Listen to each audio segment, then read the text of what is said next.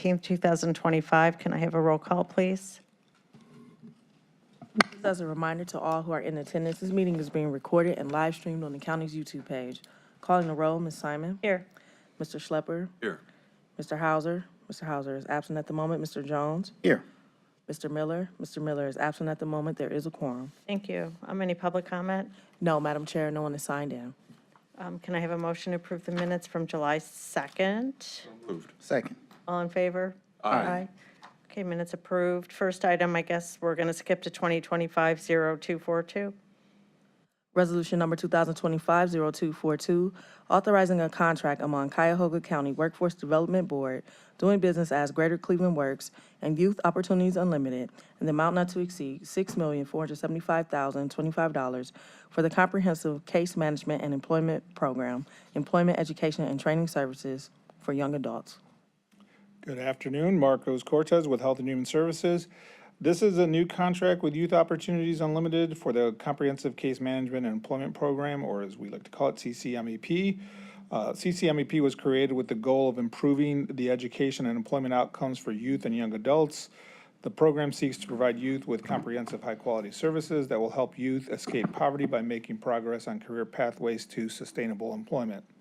We have partnered with the Cuyahoga County Workforce Development Board, now doing business as Greater Cleveland Works, for many years with CCMEP. This time around, Greater Cleveland Works issued the RFP for these services, so this contract will be a joint contract with Greater Cleveland Works. So in the past, we've actually had like 5 different contracts for these services, but we're now issuing one main contract with YOU, but they have sub-recipients. YOU will lead the the Young Adult Workforce Collaborative, and the partners are Cuyahoga Community College, the Centers El Barrio, Ohio Guidestone, and Towards Employment.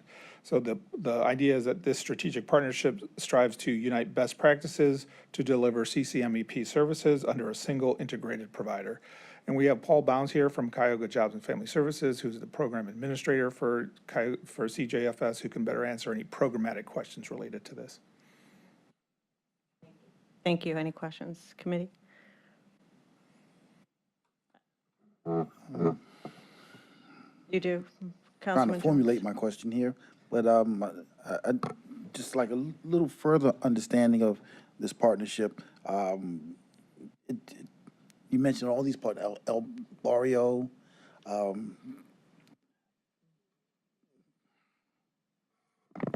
even sure how to ask my question.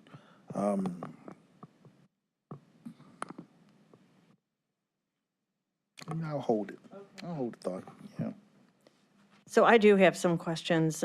First, so this contract originally wasn't one contract. It was, we had several contracts for this program. Correct. Through our own county Correct. contracting, right? Yes. Procurement. Yes. We did it through CJFS. and- Well, it's through CJFS, but still in partnership with Greater Cleveland Works. But in the past, it was Workforce Development Board. Workforce Development, but they're still technically called Workforce Development Yeah. Board. So was it a joint process that we went through procurement to get the contracts? We would issue that, did we it. issued the initial procurement, The- and we would have the contracts, yes. Right. But this time, so there's an administrative process called an alternative procurement, which allows us to use someone else's procurement process. Good. So that's what we did. That's state determined? No, This that's alternate- actually done us? through the county. Good. Yeah. So, yeah, they can do it now more easily. And it was a joint decision then to just go with one main contracting party, YOU? Correct. And because it was, and why is that? So the RFP called for just one provider to do not just the employment stuff, but there's a whole bunch of different aspects like marketing. I can bring Paul up here, he might have some more details, but the RFP itself called for, there's more detail than just doing the employment piece of it. It's coordinating all of the services under CCMEP. That's not new, or is it? That is new, like That is the new. one lead agency coordinating One it. lead, but Yes. before it was divided up into each. Correct. Individual, whatever Provider, expertise separate part. that third party had. Okay, so now it's just going to be under the umbrella of YOU. They'll sub out to these other partners and do the same thing, but we're just doing this, it's a little more easily smoother now to go this route, Yeah, it'd probably be easier to manage in terms of like payments and invoicing. So right? there is a, part of the partnership is there's two separate funding sources for this. There's WIOA and TANF funding. Okay, The county has the TANF funding, Greater Cleveland Works has the WIOA funding. So there's more streamlined, so they do their part, their invoicing, and then we do our part. so what did we do in the past with those two separate funding sources? They did it and we did it? So it was all under one contract, the way Infor works, that there's our budget lines, contract for Okay. different funding sources, so it would just come out of those contracts. Okay. Okay, great. I mean, that was sort of the goal of shifting workforce into a nonprofit too, to be able to have flexibility like this, which helps us. Okay, and it's YOU there, and I don't know if anybody has a specific about the actual education training that we're doing, and does anybody want to know a detail on that? If not, can you just in like a really I'll bring high- Paul up for Paul, you want to the come up? training part of it. Quick, just so we know.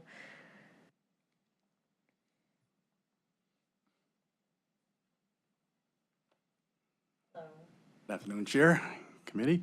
Paul Bounds, Deputy Administrator, Job and Family Services. So by statute, WIOA, the Workforce Innovation Opportunity Act, requires 14 elements to be made available. I can never remember all 14, but they all summarize basically a few of them. Work experience, which could be a paid or unpaid work experience. It could be mentoring, it could be education remediation, secondary education, it could be GED attainment, it could be entrepreneurship, it could be a number of things. So primarily what our program really kind of focuses on are a couple of key elements. One is work readiness. We do offer paid, unpaid work experiences as well as internships, job shadowing, and apprenticeships. So that's the primary, and we support that through supportive services, intensive case management, and also occupational skills training, which is also one of the 14 elements. So the way our provider structure works, each organization has the ability to do their own outreach and recruitment under the auspice of YLU, as Marcos pointed out earlier. And they have an individualized plan. They work with every youth that they determine eligible and enroll, and based on that outcome of their individual training plan is how they sort of map their course of activities, pulling from those 14 elements which are available through statute. And this is different from the youth summer program, right? Yes, it is. Yes, it is. Now, which is it's kind of a nuance here because summer youth is part of the 14 elements made available on the WIOA, but we do operate that separately here in Cuyahoga County. Okay, okay. Yeah. So they are separate, and so the children who are in the other program, that's YOU as well. Yes, YLU is the operator of the summer employment program. We have two of them. We have YLU and Verge. So we have two summer youth employment operators, and then they're the primary contractor for the year-round program.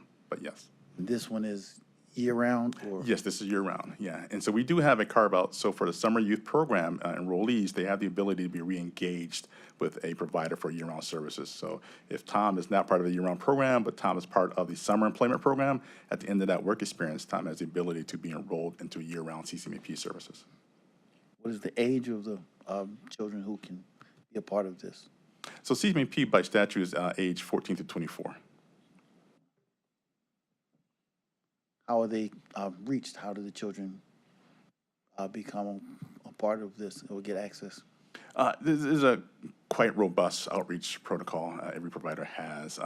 A couple years ago, led by the county and at that time, High Means Jobs, we decided to create a unified outreach approach. And we sort of mapped out a strategy in terms of how do we use similar messaging for workforce programs for youth, different types of literature.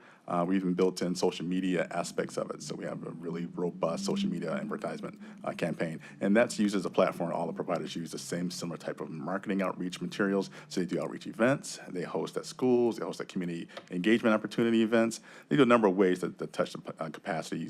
Very active on social media as well. So each of them do separate things, as well as the YLU program is housed primarily at the Greater Cleveland Works location on Carnegie Avenue, and they are able to also engage individuals who walk into the building as well. At East 55th and Carnegie? No, that is, I can never remember the address. It's like 1419 Carnegie. I Near think it is. downtown, right? Yeah, across the street Across from from CSU. CSU, Yeah. yeah.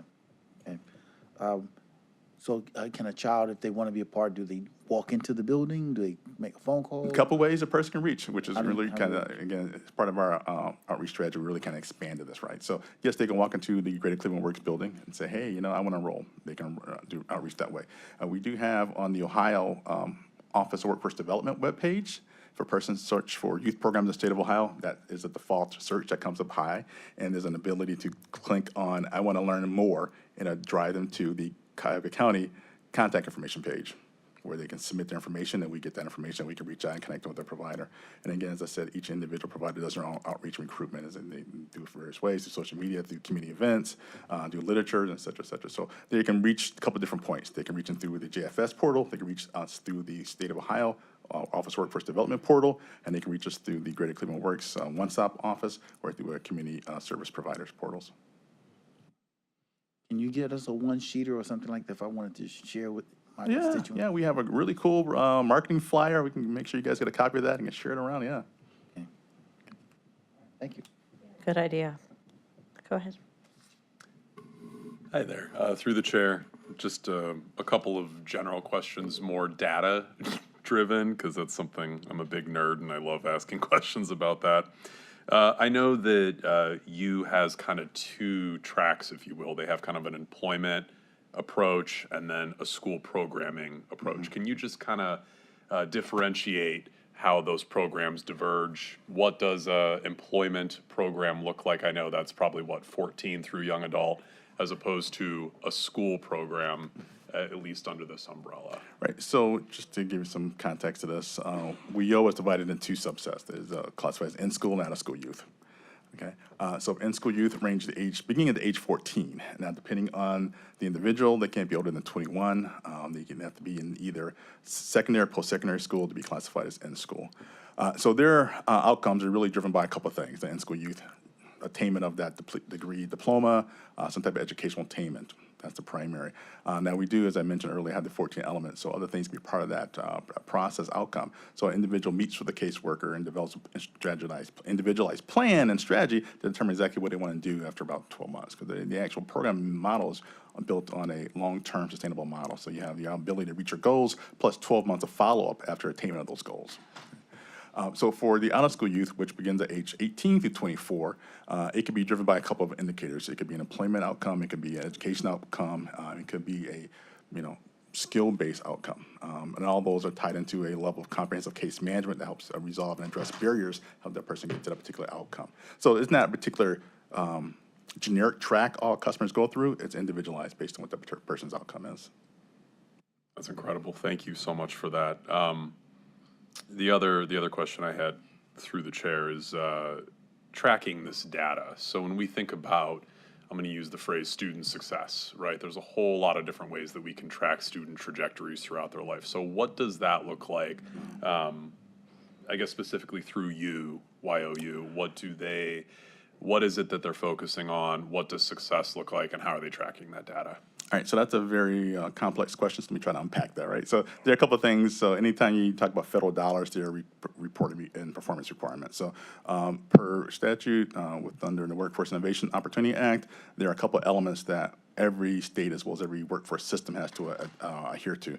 One measure is employment measure. So those individuals who have been placed in a job and retain those jobs within the second and fourth quarter after they've been exited from the program. Another measure are the individuals who have reached some type of measurable skills gain, meaning that either they post-tested into something to show an advancement or graduated from a grade level. Another measure is an average wage of all the customers who are in your demographic, in your cohort. And then lastly, there is one that is a basic skills measurement, individuals who may have come in as basic skills deficient. Part of the program requires individuals to have some type of barrier for eligibility. Some type of barrier as part of the eligibility determination.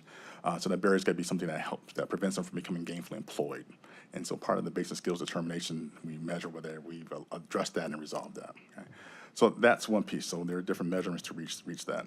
Within the contract, we did build in certain qualifiers which sort of mimic that they're required to do. And also we include things such as number of people to receive a paid work experience, or number of people to receive a a certificate or occupational skills training outcome, number of people to be placed, number of people to maintain a job after a period of time in terms of retention points. So there's that. And then there's the other piece of how they sort of generically qualify success, and those individuals who typically reach the outcome that's identified in their individualized plan. Because based on, again, per code, a person cannot be excellent from the program. Well, they can be, but for a couple of reasons. If they reach their attainment, I got my diploma, I got a job, I kept the job for 90, 60 days, I got my certificate, they can be excellent and then qualify for year-long follow-up services and support. Person can be excellent for other reasons too, but that's the primary. So those, so different, depends on what you're looking at in terms of defining success. There are different ways to measure success. Thank you very much. I appreciate that. Sorry I missed the information. I might have to step out one more time, but. I was on fire, Chair, so you Oh my missed it all. gosh, I Yeah. know. I'm so sorry. Timing's everything. So no need to suspend? I'll Or leave it to Marco? Marcos. So we actually are a little bit behind. This does have an effective date of 7/1. We could suspend it just because of the delay in, working with Greater Cleveland Works on the RFP and getting that through our process. I'm going to let the president respond to that because I think we're going to be able to get this through pretty quickly, but go ahead.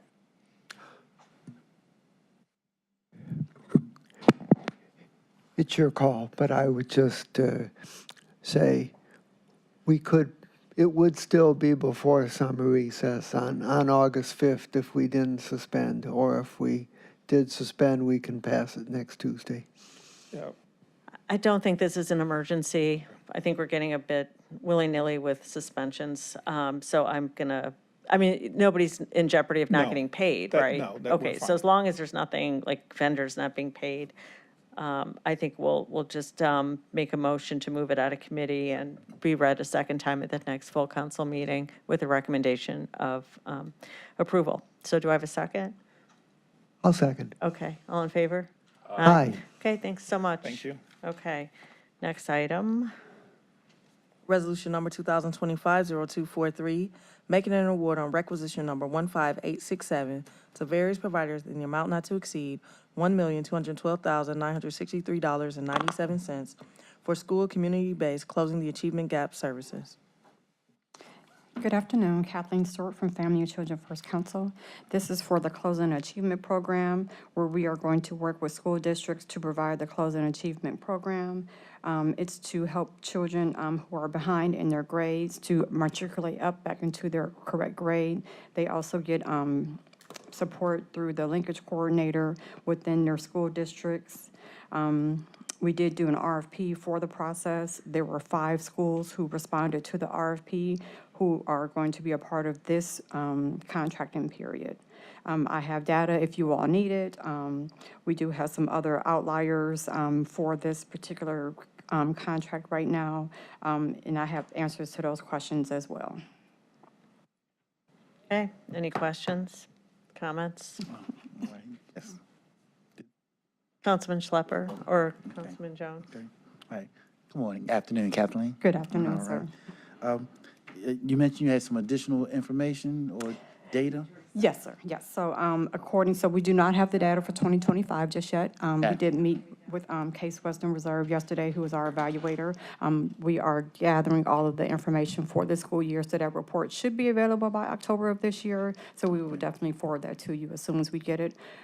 So for the 2024 year, we had 212 students that participated in the program altogether. I do have the breakdown by each district. For Cleveland Heights, we had 24 students. For Bedford, we had 15. For Rhodes High School, we had 27. For East Tech, we had 15. For East Cleveland, we had 25. For Glenville, we had 16. For Warrensville, we had 18, and for Garfield, we had 49. There is another additional set of numbers for the Summer Bridge program, and that's where they go and participate throughout the summer program, but that's really when they choose to participate, and it's not through the regular school year, so those numbers are a little bit different. For CMSD, we had 22. For Garfield, we had 10, and for Warrensville, we had 13. The evaluation of the previous years, or did you mean 2025 captures all the years, or how many, do we have evaluation over multiple years? Yes. What years do we have covered? We have the last 3 years, if I remember correctly. But I would double check and get you those numbers, for sure. Okay, all right, thank you. You're welcome, sir. Councilman? Through the chair, I was just kind of curious how these dollars were allocated. When I'm looking at this, I see Cleveland obviously has the largest chunk, but then it looks like it's a consistent amount for the remaining, at least for these contracts today. How are those dollars allocated? Is it based on population? Is it based on, metrics within the district? I was just kind of curious how they equitably, I know that's a bad word these days, but how do they equitably allocate those dollars? So the largest part of the allocation is, well, I shouldn't say that. I'm going to retract that statement. So there's the linkage coordinator salary and their fringe benefits, and then there's the activities for the youth. So that's how it's like there's a standard amount for each one of those things. So as you stated, Cleveland has the most because they have 3 districts or 3 schools within their district. So theirs is a little different because I believe their benefits might be different than the other districts. So we have to meet what their districts are providing for with their schools. So that's how we have, it's not based on the population or anything of that sort. And then they do get I believe it's a 2% increase every school year that we have to include in it. So that's why it looks different from year to year. You're welcome. So the contract itself, so when you went out, you said to an RFP, Yes. and how many schools responded? Only the ones that we have in front of us, or? Yes and no. So when we originally released the RFP, it was originally released in January of this year. So some of the districts had some problems with how they submitted their responses to the RFP. So then we had to re-release it, and that was done, and it was closed in May of 2025. So that's where we had the 5 districts who responded, who we awarded the contract to. So what we are going to do, because we still have 2 slots left, so we're going to recruit with different schools. So I've sent out emails to them, and because it's the summer break, we only had a response to one of them. So I'm going to start making phone calls and send out emails again to these different districts to see if they want to be a part of the program. So we just have to figure out logistically, like, how do we add them onto the current contract? Like, do we do an amendment, or do we do another release of the RFP? Like, how does that work? And then we also, what we did do differently is that we changed it to a school year calendar instead of making it from a January to December, so that it aligns more with the school year for the schools. So the billing isn't quite as confusing at the end of the school year.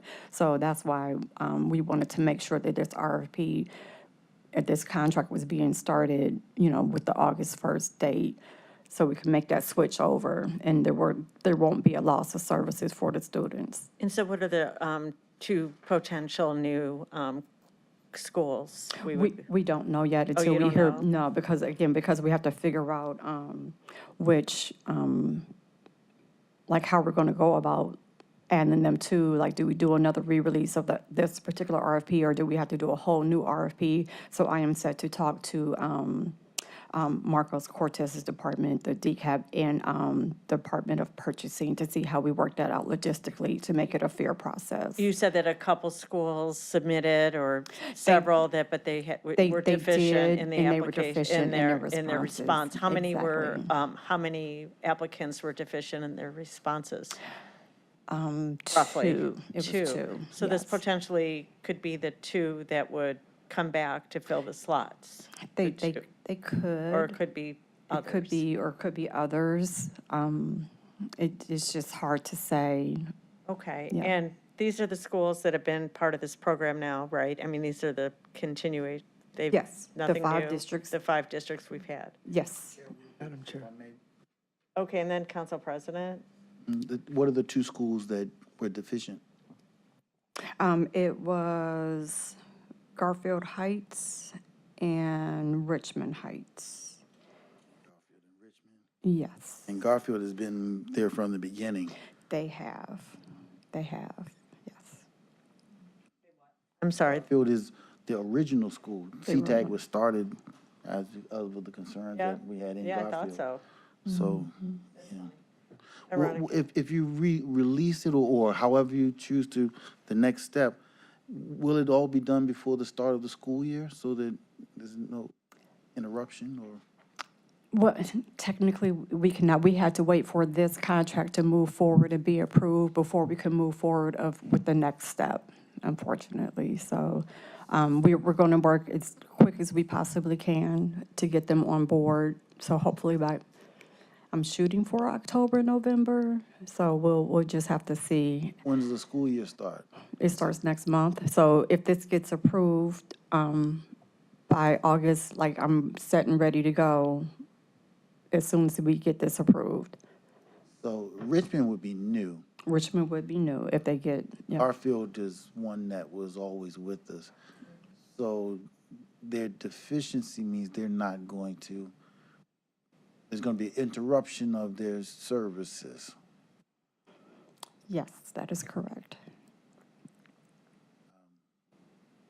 Rules are the rules, but is there anything that, I hate to see the service interrupted for the kids, that's all I'm saying. We do as well, but I can't create what didn't happen to, Yeah. Yep. I can't score what I didn't receive. Or not me, but I mean, if there's, understand. if nothing is submitted, or if it wasn't submitted on time, or if it wasn't submitted correctly I understand. with the RFP process, I don't know what other avenue we could have taken to have them have been a part of the program, and everybody was notified. There's a whole list of superintendents, their administrative, staff, fiscal people who were informed of the re-release. Yeah. So there was notification that was sent out. Thank you. Thank You're you. welcome. Council President? Just a quick comment that I'm aware that the Lakewood School District has expressed interest in this program in the past. So if you're looking for additional participants to be considered, I would just ask you to make sure that you contact them. Yes, sir. We have, yep. Thank you. You're welcome. Thank you. Councilman Schlepp? Through the chair, and this is just in line with Councilman Jones' question, is there an opportunity for those that maybe, we'll say, missed the mark this time? Is there a process to reapply or resubmit the application late? Is there a penalty? I'm curious if there's something in place, because, I agree, if Garfield was the original district or one of the first that, and those students now could have a lapse in those services, I'd just be curious what that looks like in terms of a new application.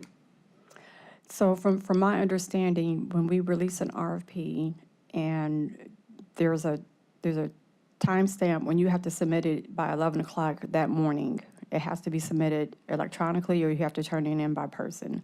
Like, there's no other avenue that they can turn it in from. That's the RFP process. I mean, that's been the understanding of the creation of the RFP process, that you have to turn it in by that certain time. So that's, I would say, above my pay grade, to be honest with you, of, I mean, if you all tell us, like, well, okay, you have to include the school district in, or if you have to do X, Y, and Z, we can do that. But I mean, that if that's the process of how to include, I mean, we could keep re-releasing the RFP, but how does that, that's going to keep delaying, like adding another contract. Like if I re-release it, like say September 15th, and I re-release it again, then that's going to drag out the contract for the other school districts that have turned it in. So I don't know how to get I'm out of sorry, that we loop. can't give you, the rules exist, and this body has no authority to have you circumvent those rules, yeah, just so to be I don't- clear. So, no, you don't need to answer those questions. Okay. This is an administrative rule that we created, and Garfield Heights should have been aware and wasn't. It's too bad the kids aren't going to have consistency, but I'm kind of surprised that they dropped the ball. So that's something they're going to have to figure out, and through the administration, you will have to figure out what, if anything, can be done to, go back out to bid, and there'll be a gap, there'll be a gap. Maybe it's the next year they'll start. I don't know, but we can't bend, change rules, you know, that's pretty clear. So, okay. Thank you. I'll make a motion to, Councilman Jones, do you want to do that? Yeah, I'll make the motion that we move this to the full council. Do you need any suspensions or, no? I'm sorry, no, it's Okay. 8/12/2025. Okay. Okay, Long as all you- right. No? Okay. Okay, so you've made a motion. I'll second. Thank you. All in favor? Aye. Okay, no miscellaneous business, meeting's concluded.